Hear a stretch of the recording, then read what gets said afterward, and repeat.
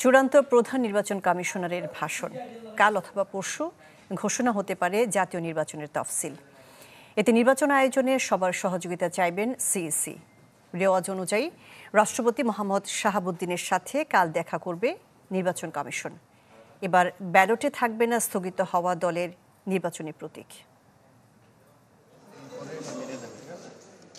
মঙ্গলবার সকালে নিজ কার্যালয়ে বৈঠক করেন প্রধান নির্বাচন কমিশনার।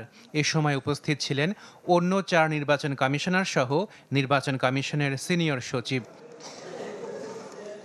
ঘণ্টাব্যাপী বৈঠকে প্রধান নির্বাচন কমিশনারের ভাষণ, তফসিল সহ বিভিন্ন বিষয় নিয়ে আলোচনা হয়। সানশাইন আটা ময়দা সুজি, ভালোবাসায় তৈরি। পরে নির্বাচন কমিশনার আব্দুর রহমানুল মাসুদ জানান, ত্রয়োদশ জাতীয় সংসদ নির্বাচন সামনে রেখে জাতির উদ্দেশ্যে ভাষণ দেবেন সিইসি। চূড়ান্ত হয়েছে তার ভাষণ, যেখানে থাকবে নির্বাচনের তাফসিল। আর ভাষণের মাধ্যমে এই তাফসিল ঘোষণা করা হবে বুধবার কিংবা বৃহস্পতিবার। নির্বাচন সুষ্ঠু করতে রাজনৈতিক দলসহ সবার সহযোগিতা চাওয়া হবে। এছাড়া রেওয়াজ মেনে বুধবার দুপুরে রাষ্ট্রপতির সাথে বঙ্গভবনে সাক্ষাৎ করবে সিইসি সহ অন্যান্য কমিশনাররা। জানান, তাফসিল ঘোষণার পর আইনশৃঙ্খলা পরিস্থিতির আরও উন্নতি হবে।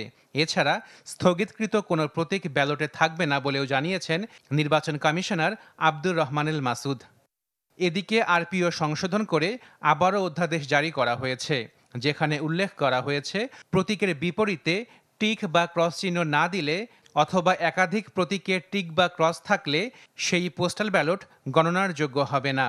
এছাড়া পোস্টাল ব্যালট গণনার জন্য সকল রিটার্নিং কর্মকর্তার কার্যালয় ভোট কেন্দ্র হিসেবে ঘোষণা করা হবে। Ashikin Prince, channel 24, Dhaka.